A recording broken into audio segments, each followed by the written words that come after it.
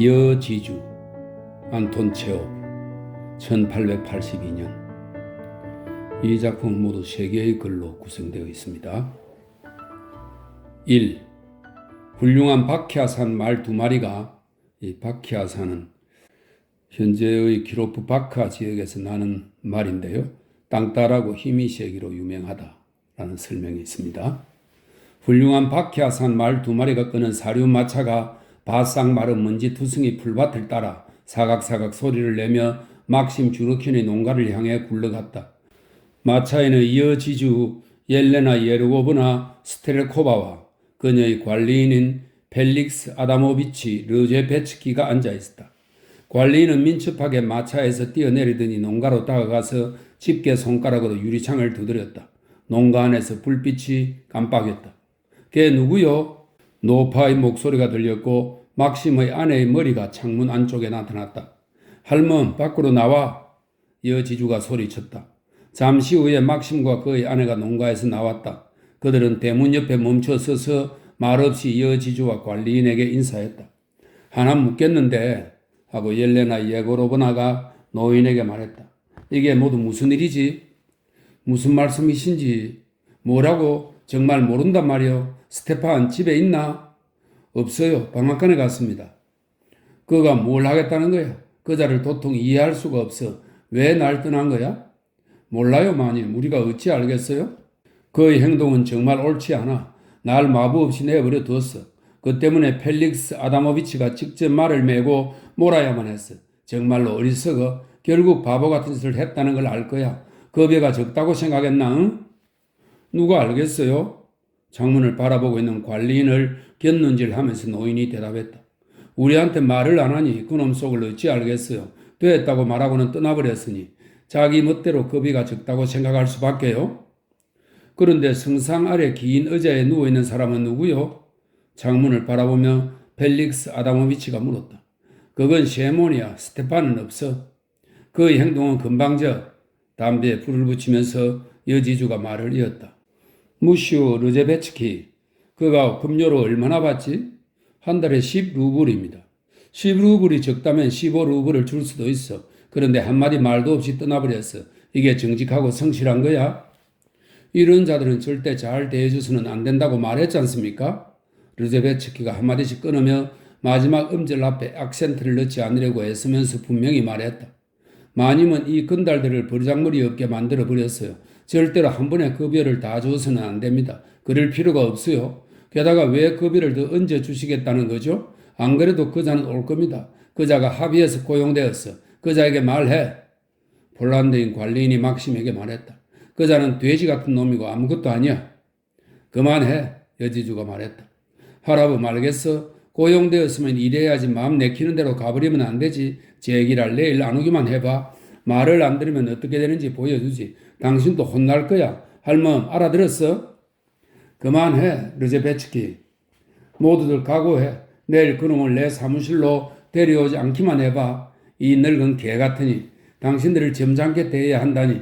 당신들이 사람이야. 당신들이 점잖은 말을 알기나 해. 모가지를 두들겨 맞고 험한 꼴을 당해야만 알지. 내일 사무실로 와. 그놈에게 말하리다. 말하고 말고 꼭 말해야지. 급여를 더 얹어주겠다고 말해. 옐레나 예고로브나가 말했다. 난 마부가 없으면 안 돼. 내가 다른 마부를 구했을 때 그가 원한다면 떠나게 해줄 거야. 내일 아침에 내 집으로 오게 해. 그의 무리한 행동으로 내가 몹시 모욕을 받았다고도 말해. 할멈도 말해요. 그를 데리러 사람을 보내기 전에 제발로 내 집으로 오게 해. 아마 다 큰 아이들을 다루기가 힘들겠지, 할멈. 이것 받아요. 여지주는 주머니에서 좋은 담뱃갑을 꺼내더니 담배 밑에서 노란 지폐를 끄집어내어 노파에게 주었다. 그가 오지 않으면 하고 여지주가 덧붙였다. 우린 사이가 나빠질 거야. 제발 그렇게 되지 않길 바라지만 바라건대 그에게 충고해줘요. 자리 꾸려 갑시다. 펠릭스 아다모비치. 르제베츠키는 사륜 마차에 벌쩍 뛰어 올라타더니 두 손으로 고삐를 쥐었다. 마차가 부드러운 길을 따라 굴러갔다. 얼마 줬어? 노인이 물었다. 1루블. 이리 줘. 노인은 1루블을 받아서 양 손바닥으로 어루만지더니 조심스럽게 접어서 주머니 속에 감추었다. 스테판, 갔다. 농가 안으로 들어가면서 노인이 말했다. 너가 방앗간에 갔다고 마님한테 거짓말했다. 마님이 엄청 놀랐어. 마차가 시야에서 사라지자마자 스테판이 창문에 나타났다. 백시장처럼 낯빛이 창백한 그는 벌벌 떨며 창문에서 어정쩡하게 몸을 내밀고는 저 멀리 어두워진 정원을 향해 커다란 주먹을 흔들어댔다. 그것은 지주의 정원이었다. 대여섯 번쯤 주먹질을 하고 나서 그는 뭐라고 웅얼거리더니 다시 몸을 안으로 들이고 요란한 소리를 내며 창틀을 내렸다. 여지주가 떠난 지 30분이 지나서 주르킨의 농가에서는 가족들이 저녁을 먹었다. 부엌의 패치가 바로 옆에 있는 기름 투성인 식탁에 주르킨과 그의 아내가, 그들 맞은편에는 막심의 장남 셰몬이 앉아 있었다. 잠시 휴가 중인 셰몬은 붉고 깡마른 얼굴에 주근깨 투성인 긴 코와 능글맞은 작은 눈을 하고 있었다. 아버지의 얼굴을 빼닮은 셰몬은 백발도 대머리도 아니었고 아버지처럼 교활한 집시의 눈을 가지고 있지도 않았다. 셰몬 옆에 막심의 둘째 아들 스테판이 앉아있다. 스테판은 음식은 먹지 않고 자신의 멋진 금발머리를 주먹으로 떠받치고 연기에 걸린 천장을 바라보며 무언가 골똘히 생각하고 있었다. 스테판의 아내 마리아가 저녁을 내왔다. 모두들 말없이 양배추국을 먹었다. 치워라. 양배추국을 다 먹고 나서 막심이 말했다. 마리아는 식탁에서 빈 접시를 집어들었지만 바로 옆에 있는 배치가로 잘 나르지 못했다. 그녀는 비틀거리다가 긴 의자 위로 넘어졌다. 접시 하나가 그녀의 손에서 떨어져 무릎에서 바닥으로 미끄러져 내렸다. 흐느끼 우는 소리가 들렸다. 누가 우는 것 같은데? 막심이 물었다. 마리아는 더 크게 흐느꼈다. 2분쯤 흘렀다. 노파가 일어나서 직접 식탁으로 죽을 내왔다. 스테판이 투덜대며 일어섰다. 조용히 해. 스테판이 웅얼댔다. 마리아는 계속 울었다. 조용히 하라고 했어. 스테판이 소리쳤다. 여자가 징징 짜는 소리는 정말 싫어. 뻣뻣한 뒷덜미를 긁어대며 셰몬이 대담하게 말했다. 왜 우는지도 모르면서 울거든. 여자는 다 그래. 울고 싶으면 밖에 나가 울 것이지. 여자의 눈물은 물 한 방울이여. 막심이 말했다. 눈물은 살 수가 없으니 그냥 죽어진 거여. 그런데 왜 우는겨? 에이, 그쳐. 아무도 너에게서 스테판을 빼앗아가지 않아. 버릇이 없어졌어. 약해 빠져서는 저리 가서 죽이나 먹어. 스테판은 마리아를 향해 몸을 숙이고 그녀의 팔꿈치를 살짝 두드렸다. 왜 이래? 조용히 해. 조용히 하라고 하잖아. 에이, 이 밥통아. 스테판은 주먹으로 마리아가 엎드려 있는 긴 의자를 내리쳤다. 반짝이는 커다란 눈물 한 방울이 그의 뺨을 타고 흘러내렸다. 그는 얼굴에서 눈물을 훔치고 식탁에 앉아 열심히 죽을 먹었다. 자리에서 일어난 마리아는 훌쩍훌쩍 흐느끼며 사람들로부터 멀리 떨어져서 배치가 뒤에 앉았다. 모두가 죽을 다 먹었다. 마리아, 크바스. 크바스는 호밀로 만든 러시아 특유의 시큼한 음료입니다. 마리아, 크바스. 젊은 애가 자기 할 일을 알아야지. 콧물이나 짜고 있다니 부끄럽지도 않아? 노인이 소리쳤다. 넌 어린애가 아니야. 마리아는 눈물이 채 마르지 않은 창백한 얼굴로 나갔다가 돌아와서는 아무도 쳐다보지 않고 시아버지에게 국자를 건넸다. 국자가 손에서 손으로 건네졌다. 셰몬은 두 손으로 국자를 잡고 성호를 걷더니 크바스를 떠먹고 나서 사례가 들렸다. 왜 웃어? 아무 일도 아니. 그냥 우스운 일이 생각나서. 셰몬은 머리를 뒤로 젖히고 큰 입을 벌려 히히거렸다. 여지주가 왔다 갔다고요? 스테판은 곁눈질을 하면서 그가 물었다. 그래, 그녀가 뭐라고 말했어요? 예? 하하. 스테판은 셰몬을 힐끗 쳐다보고는 얼굴이 빨개졌다. 15루블 준단다. 노인이 말했다. 뭐라고요? 원하기만 하면 100루블도 줄 텐데. 셰몬은 눈을 한번 깜빡이고 기지개를 켰다. 에이, 나한테 그런 여자가 있다면. 그는 말을 이었다. 그 마니의 피를 다 빨아먹었을 텐데 고혈을 다 짜내고 말고. 셰몬은 몸을 웅크리더니 스테판의 어깨를 툭 치고 껄껄 웃었다. 그랬군. 그래서 너가 그렇게 당황하는구나. 우리 같은 사람이 뭘 망설여? 넌 바보야. 스테프카. 에이, 멍청한 놈. 이 스테프카는 스테판의 이름을 낮추어 부른 것입니다. 영락 없는 멍청이지. 아버지가 말했다. 다시 흐느끼 우는 소리가 들렸다. 너희 마누라가 또 운다. 아마 질투심에 신경질을 부리는 거야. 난 여자의 새된 소리가 싫어. 칼에 베인 것 같잖아. 에이, 옆에 애들이란. 신은 무슨 목적으로 저것들을 만들어냈을까? 어째서? 존경하는 여러분, 저녁 잘 먹었습니다. 지금 포도주는 한 잔 마셨으면 좋겠네? 너희 마님 집엔 포도주가 엄청 많겠지? 마시라고 해도 난 싫어. 넌 냉혹한 짐승이야, 생카. 이 생카는 시몬의 이름을 낮추어 부른 것입니다. 이렇게 말하고 나서 스테판은 한숨을 내쉬더니 무릎 가리개를 얼싸안고는 마당으로 나갔다. 조용한 마당에는 러시아 여름밤이 고요히 깃들고 있었다. 멀리 떨어진 언덕 너머에서 달이 떠오르고 있었다. 가장자리가 은빛으로 빛나는 누더기 구름이 달을 향해 흘러갔다. 지평선이 희미해졌다. 엷고 기분 좋은 푸른빛이 지평선 가득히 퍼졌다. 달을 보고 깜짝 놀란 듯 별들이 더욱 약하게 반짝거리며 작은 빛을 자기 안으로 빨아들이고 있었다. 뺨을 어루만지는 밤의 습기가 강 쪽에서 사방으로 퍼졌다. 그레고리 신부의 집에서 9시를 알리는 종소리가 마을 전체로 퍼져나갔다. 선술집의 유태인 주인이 요란한 소리를 내며 창문을 닫고 문 위쪽에 기름 투성인 등을 매달았다. 거리와 마당에는 사람 하나 보이지 않았고 아무 소리도 나지 않았다. 스테판은 풀밭에 무릎 가리개를 펼쳐놓고 성호를 꺾고는 팔꿈치로 머리를 꿰고 누웠다. 셰미온이 헛기침을 하고 나서 스테판의 발치에 앉았다. 그래, 셰미온이 말했다. 잠시 가만했던 셰미온이 더 편한 자세로 앉아서 작은 담뱃대를 빨며 말문을 열었다. 오늘 트로핌의 집에 갔다 왔어. 맥주를 마셨지. 3병을 비웠어. 담배 피울래, 스쪼빠? 이 스쪼빠는 스테판의 애칭입니다. 아니, 좋은 담배야. 지금 차를 마시면 좋을 텐데. 여지주 집에서 차를 마셔봤니? 좋은 차였어? 아주 좋은 차였겠지. 아마 1푼트에 5루블은 할 거야. 이 푼트는 옛 러시아의 무게 단위인데 1푼트는 약 450g입니다. 1푼트에 5루블은 할 거야. 1푼트에 100루블 하는 차도 있지. 정말로 있어.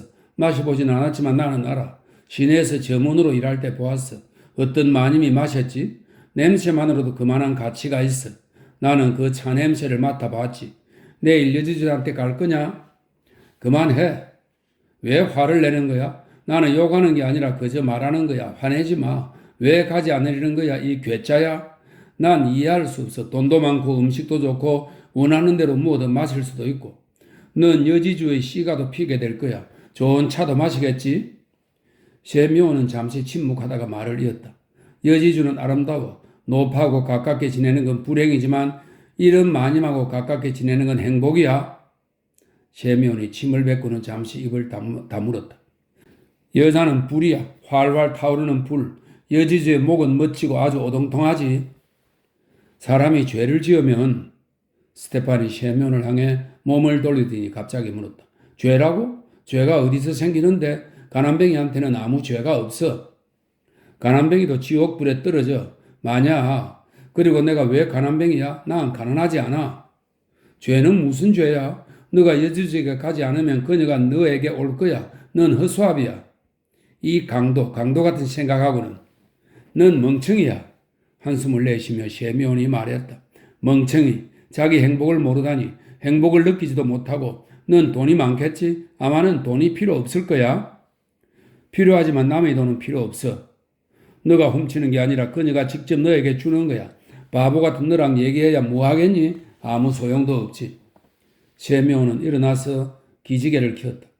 후회해봐야 늦을 거야. 이제 너랑 말을 섞고 싶지 않아. 넌 내 동생이 아니야. 너 마음대로 해라. 너희 바보 같은 암소하고나 놀아라. 마리아가 암소라고? 그래. 형은 이 암소의 부츠로도 쓸모가 없어. 저리 가. 너에게 좋으면 우리한테도 좋은 거야, 멍청이. 저리 가. 간다. 널 비난할 사람은 없어. 셰미온은 돌아서서 휘파람을 불며 농가 쪽으로 너릿너릿 걸어갔다. 5분쯤 지나서 스테판 주변에서 풀이 바스락거렸다. 스테판은 고개를 들었다. 마리아가 그를 향해 걸어왔다. 마리아가 스테판에게 다가와 잠시 서 있다가 그 옆에 누웠다. 가지마, 스쪼파. 마리아가 속삭였다. 가지마, 여보. 그 여자가 당신을 파멸시킬 거야. 그 망할 놈의 여자가 폴란드인으로는 부족해서 당신이 필요했던 거야. 그녀에게 가지마, 스테푼카. 귀찮게 굴지 마. 마리아의 뜨거운 눈물이 가랑비처럼 스테판의 얼굴로 방울방울 떨어졌다. 날 파멸시키지 마. 스테판, 죄를 짓지 마. 나만 사랑하고 다른 사람에게 가지 마. 우린 하나님 앞에서 결혼했어.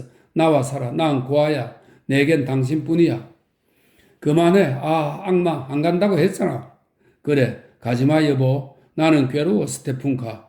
아이들도 곧 생길 거야. 우릴 버리지 마. 하나님이 벌하실 거야. 아버지와 생카는 당신을 그녀에게 보내려고 기회만 엿보고 있어. 가지 마. 그들의 말을 듣지 마. 짐승들이지 사람들이 아니야. 잠이나 자. 잘 깨, 스토파. 잘 깨. 마리아. 막시모의 목소리가 들렸다. 어디 있냐? 가봐라. 어머니가 불러. 마리아는 벌떡 일어나서 머리를 매만지고 농가로 달려갔다. 막심이 스테판을 향해 천천히 다가왔다. 벌써 겉옷을 벗고 속옷만 입은 그는 흡사 죽은 사람 같았다. 달이 그의 대머리를 비추며 집시 같은 눈 속에서 빛났다. 마님한테 내일 갈 거냐 모레 갈 거냐? 막심이 스테판에게 물었다. 스테판은 대답하지 않았다. 갈 거면 내일 일찍 가거라. 아마 말들이 더러울 거요. 15루블 주겠다고 약속한 거 잊지 마라. 10루블 받고는 가지 마라. 절대 안 가요. 스테판이 말했다. 어째서? 그냥 가고 싶지 않아요. 왜? 아시잖아요. 그래, 스토파. 이 늙은이한테 얻어터리지 않으려면 조심해라. 때려요. 부모에게 그렇게 대꾸하다니 누구한테 배운 말버릇이냐? 조심해라. 아직 대갈통에 피도 안 마른 녀석이 애비에게 막말을 해? 안 가요. 이게 다예요. 교회 다니면서 죄 짓는 게 두렵지도 않아요. 멍청한 네 놈을 분가시키고 싶다. 새 집을 지어야 하지 않겠니? 너희 생각은 어떠냐? 목재를 가지러 누구에게 갈 거냐? 스트렐치아에게 갈 거냐? 스트렐치아에 대한 설명이 있습니다.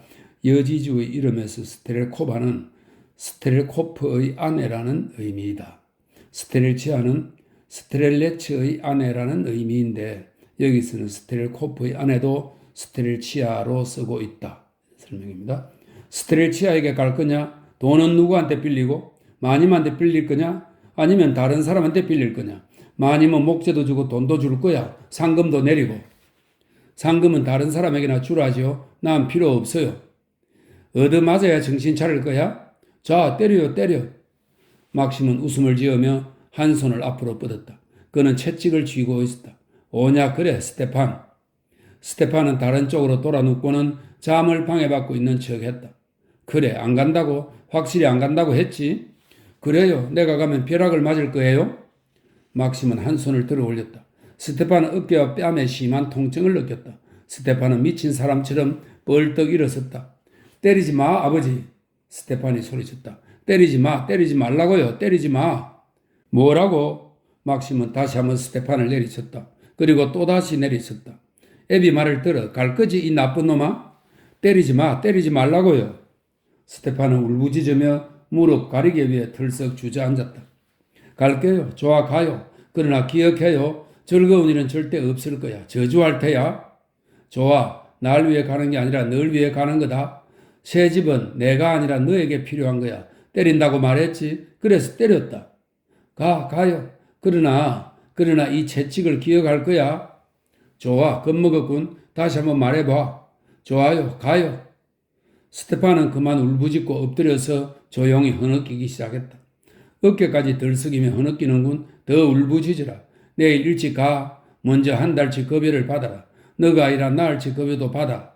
너희 암말에겐 머리 수군이 제격이야. 채찍을 맞았다고 화내지 마라. 난 너희 애비고 원하면 때릴 수 있고 자식도 때릴 수 있는 거야. 막심은 턱 수염을 쓰다듬으며 농가로 향했다. 스테판이 보기에 막심이 농가로 들어가서 때렸다고 말한 것 같았다. 세미온의 웃음소리가 들렸다. 그레고리 신부의 집에서 음이 맞지 않는 피아노 소리가 구슬피 울렸다. 신부의 딸은 8시가 지나서 음악 공부를 했다. 조용하고 이상한 소리가 마을에 울려 퍼졌다. 자리에서 일어난 스테판은 바자우를 기어넘어 거리를 따라 걸었다. 그는 강 쪽으로 갔다. 강은 수원처럼 빛났고 달과 별이 뜬 하늘이 강물에 비쳤다. 쥐 죽은 듯한 정적이 주변에 내려앉았다. 아무것도 움직이지 않았다. 이따금 귀뚜라미가 울어댔다. 스테판은 강변의 물가에 주먹으로 머리를 꿰고 앉았다. 우울한 생각들이 연달아 머릿속에서 맴돌기 시작했다. 맞은편 강변에 지주의 정원을 둘러싸고 있는 널씬한 포플러가 높이 솟아 있었다. 지주의 창문에서 나무들 사이로 불빛이 새어나왔다. 아마 여지주는 자지 않는 것 같았다. 제비들이 물 위로 날아오를 때까지 스테판은 강가에 앉아서 생각했다. 달이 아닌 솟아오른 해가 강물에 비쳤을 때 스테판은 자리에서 일어섰다. 그는 세수하고 동쪽을 향해 기도를 한 다음 단호한 걸음걸이로 재빨리 강가를 따라 여울 쪽으로 걸어갔다. 얕은 여울을 걷는 그는 지주의 마당 쪽으로 향했다. 2. 스테판이 왔어? 다음날 잠에서 깬 옐레나 예고로브나가 물었다. 왔어요. 하니가 대답했다. 스텔코바는 미소를 지었다. 그래. 그가 어디 있지? 마구가네요.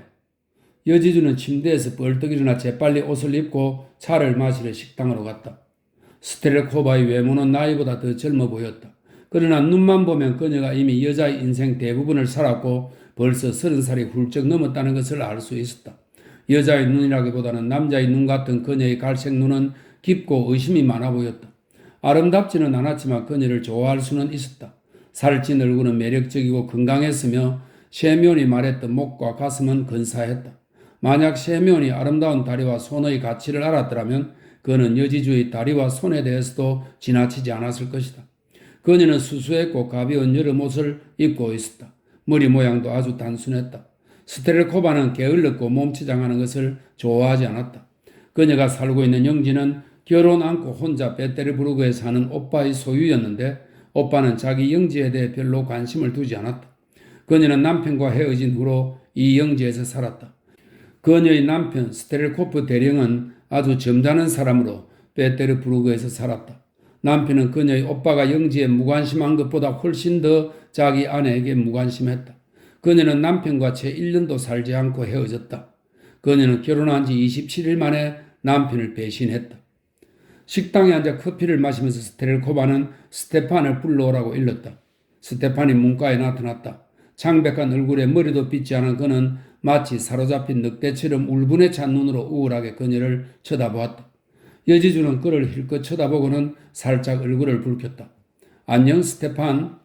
자기 커피잔에 커피를 따르면서 그녀가 말했다. 도대체 왜 변덕을 부린 건지 말해봐. 왜 떠났지? 사흘 살고는 가버렸어. 허락도 받지 않고 떠났지. 넌 허락을 받아야만 했어. 허락을 청했습니다. 스테판이 웅얼거렸다. 누구에게 허락을 청했지? 펠릭스 아다모비치에게요.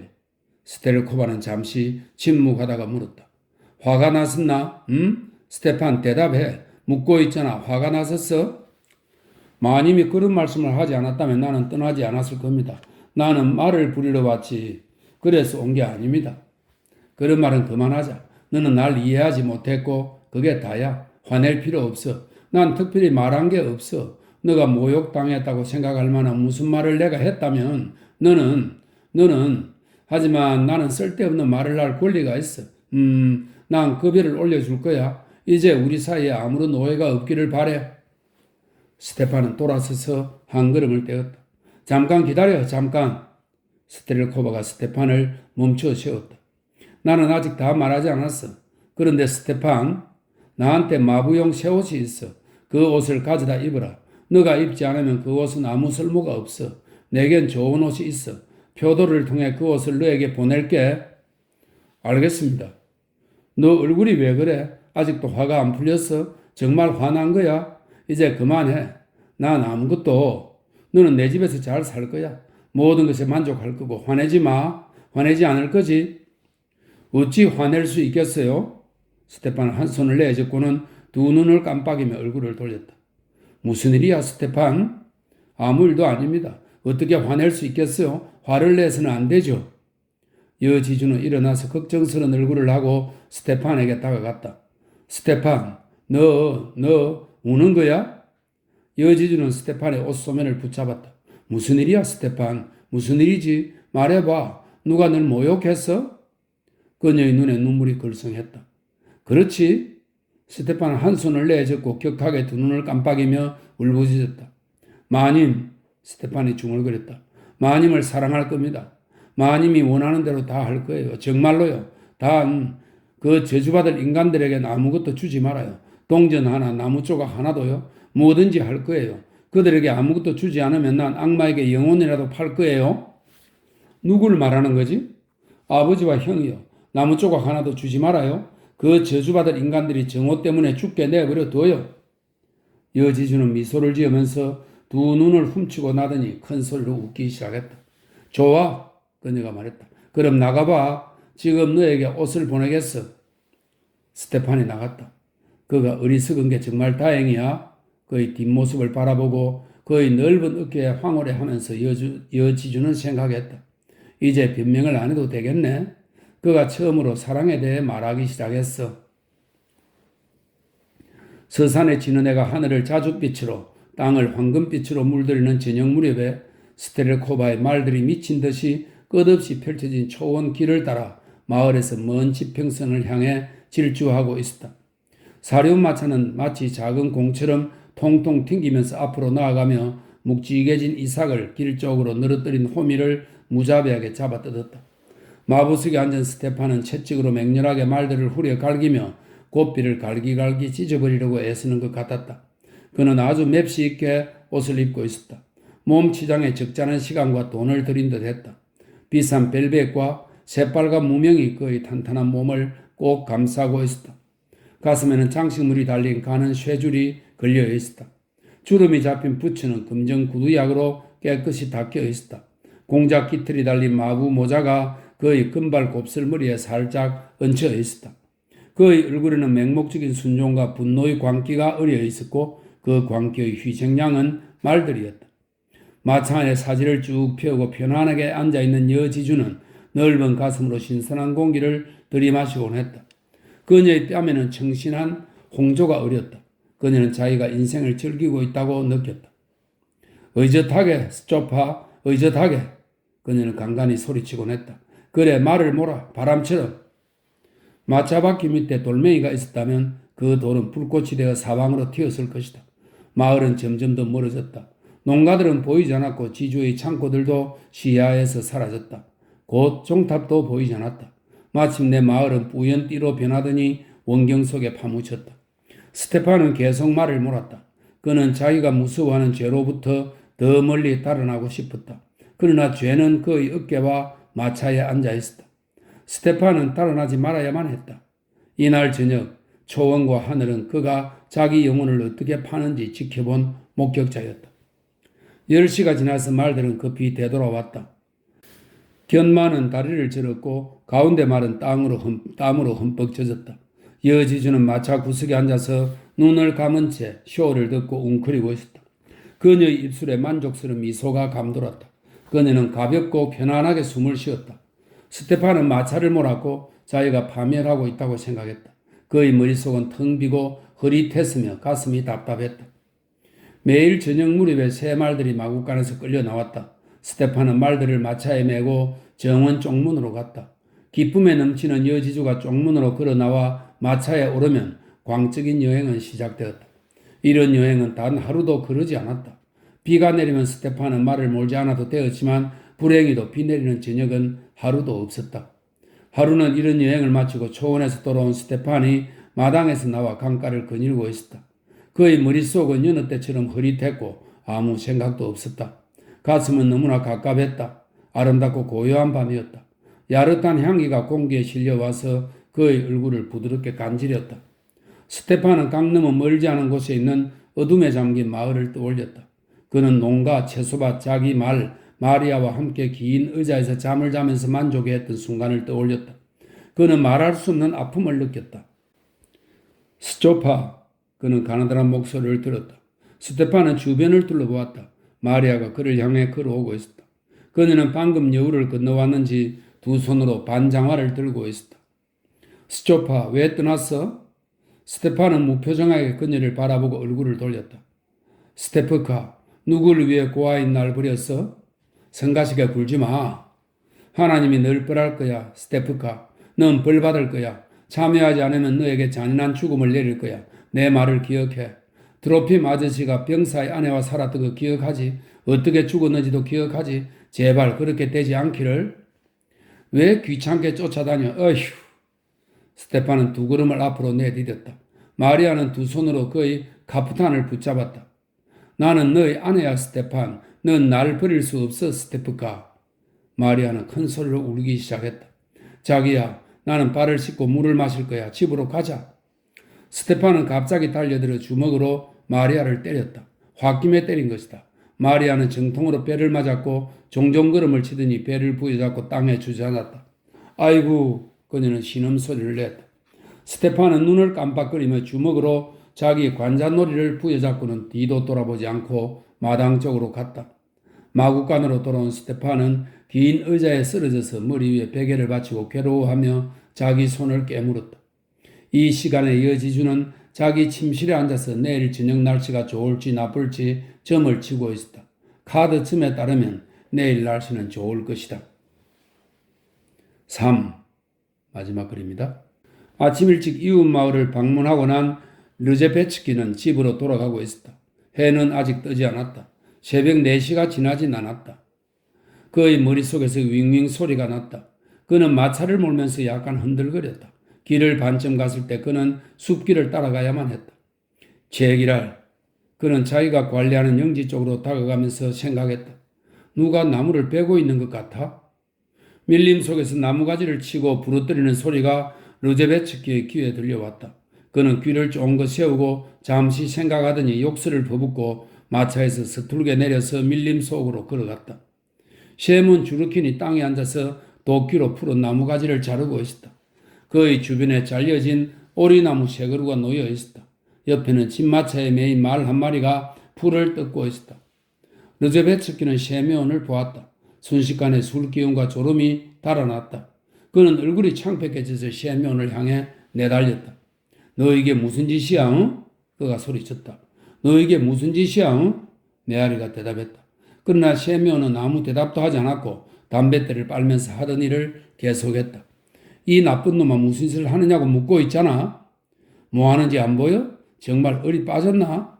뭐라고 했어? 다시 말해봐. 옆으로 비키라고 했다. 뭐라고? 옆으로 비켜. 소리칠 거 없어. 르제베츠키는 얼굴을 붉히고 어깨를 으쓱했다. 뭐라고? 너가 어찌 감히?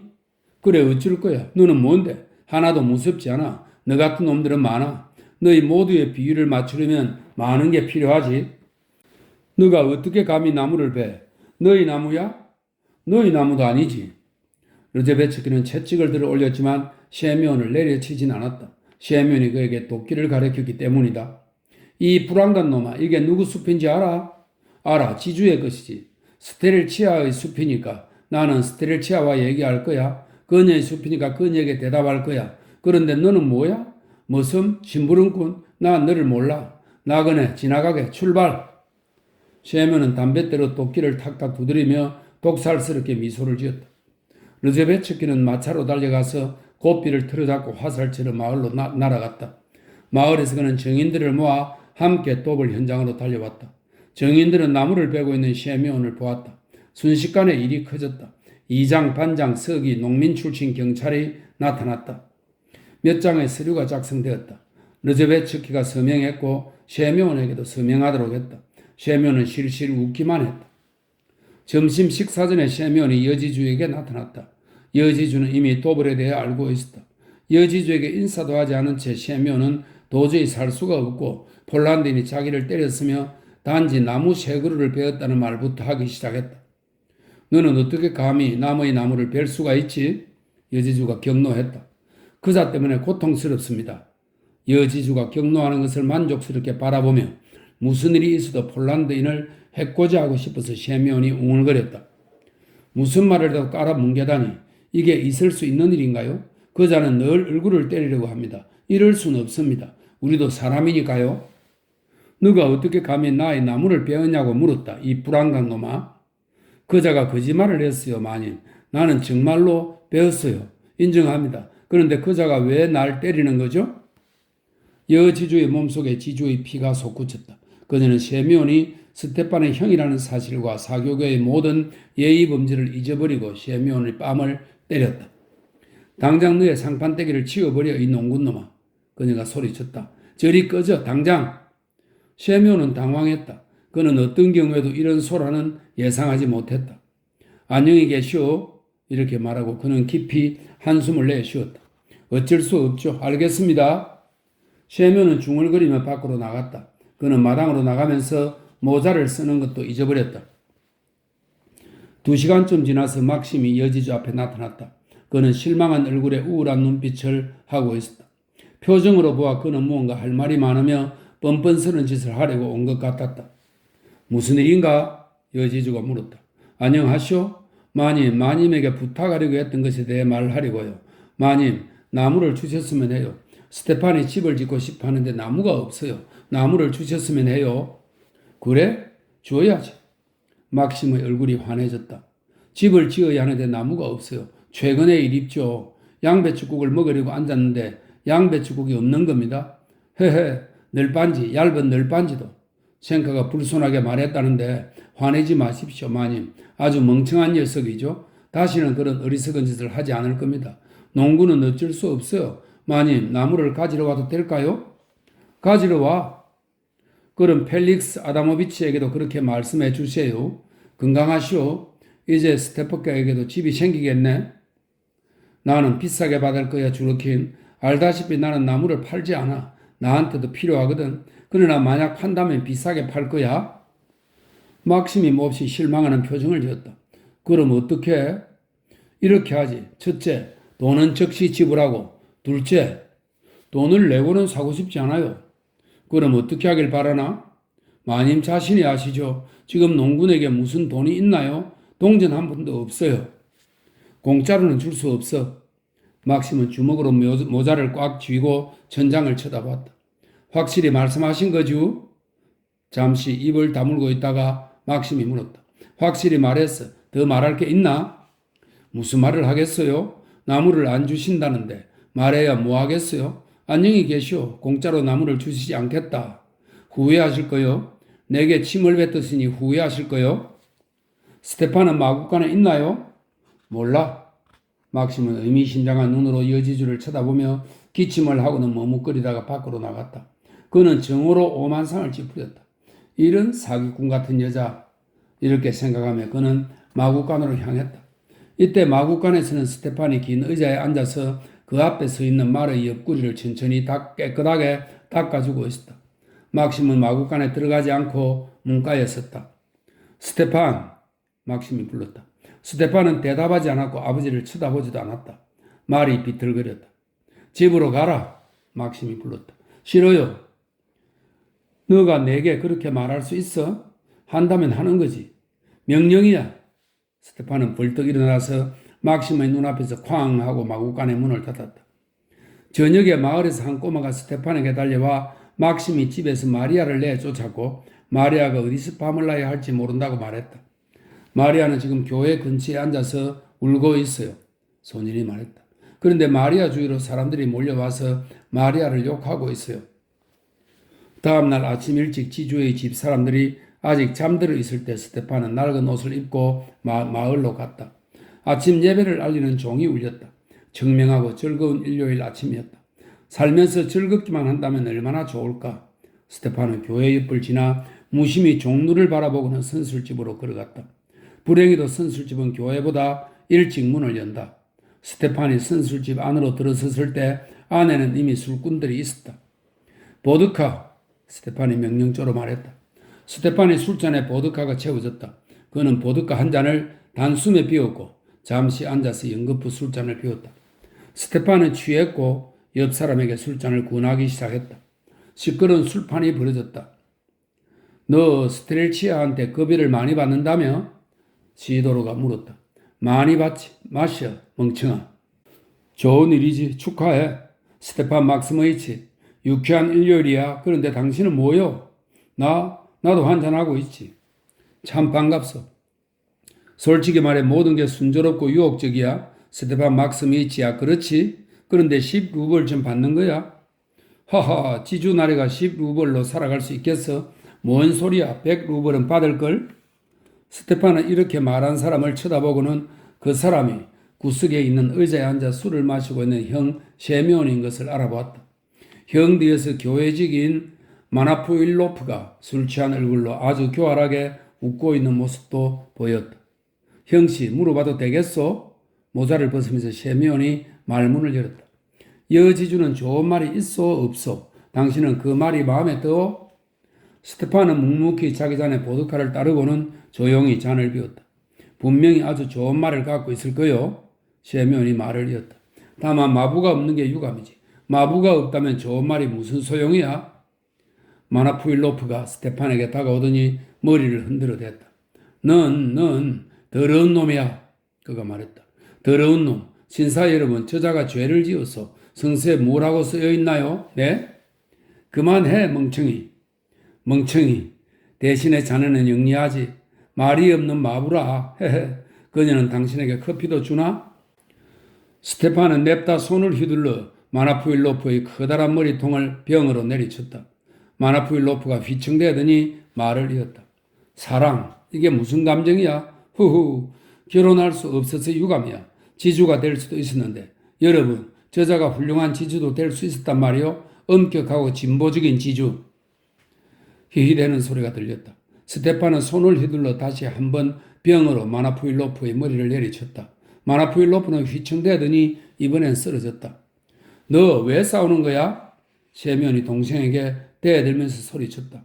결혼하고 나서 싸워. 여러분, 얘가 왜 싸울까요? 왜 싸우냐고 내가 묻고 있잖아. 세면은 눈을 가늘게 뜨더니 스테판의 가슴을 붙잡고 명치 끝을 때렸다. 마나푸일로프가 몸을 일으키고는 스테판의 눈앞에 긴 손가락을 흔들어 댔다. 여러분, 싸웁시다. 정말 싸웁시다. 덮치라. 선술집이 술렁이기 시작했다. 웃음 섞인 말소리가 들렸다. 선술집 문가로 사람들이 모여들었다.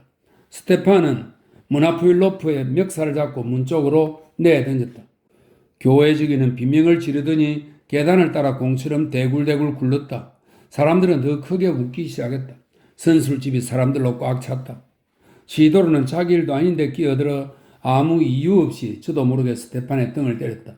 스테판은 세면의 어깨를 붙잡아 문 쪽으로 내던졌다. 세면은 문술지의 머리를 부딪히고 계단을 따라 도망치다가 먼지 구덩이 속에 젖은 얼굴을 박았다. 스테판이 세면에게 달려가 배 위에서 춤을 추었다. 스테판은 세면의 배 위에서 벌쩍벌쩍 뛰어오르며 미쳐 날뛰고 즐거워하면서 춤을 추었다. 그는 그렇게 오랫동안 뛰었다. 사람들이 적당히 하라고 소리치기 시작했다. 스테판은 주위를 둘러보았다. 그의 주변에 웃음을 띤 낯짝들이 나타났고 계속해서 더 술에 취하고 더 흥겨워하는 낯짝들이 나타났다. 수많은 낯짝들이었다. 만신창에다 피투성이가 된 세면이 야수 같은 얼굴로 주먹을 움켜쥐고 땅에서 일어섰다. 마나푸일로프는 먼지 구덩이에 누워서 울고 있었다. 그의 눈에 먼지가 덕지덕지 달라붙어 있었다. 주변이 어떤지 도무지 알 수가 없었다. 스테판은 부르르 몸을 떨더니 얼굴이 하얘져서 마치 미친 사람처럼 뛰기 시작했다. 사람들이 스테판을 뒤쫓았다. 잡아라, 잡아. 사람들이 그의 등 뒤에 대고 소리쳤다. 잡아, 죽여. 스테판은 공포에 사로잡혔다. 잡히면 꼭 죽일 것만 같았다. 스테판은 더 빨리 뛰었다. 스테판은 저도 모르게 아버지의 집까지 달려갔다. 대문은 활짝 열려 있었고 대문 두 짝이 바람에 흔들리고 있었다. 스테판은 마당 안으로 뛰어들어갔다. 대문에서 세 발짝 떨어진 나무 조각과 대패밥 더미 위에 마리아가 앉아 있었다. 그녀는 꿇어앉아서 연약한 손을 앞으로 뻗은 채 땅에서 눈을 떼지 않고 있었다. 마리아를 보자 불안하고 술 취한 스테판의 머리에 좋은 생각이 번쩍 떠올랐다. 여기서 달아나야 해. 백지창처럼 창백하고 억눌리고 시달린 내가 열렬히 사랑하는 여자와 함께 더 멀리 달아나야 해. 이 악독한 자들로부터 더 멀리 달아나야 해. 예컨대 쿠반 같은 곳으로.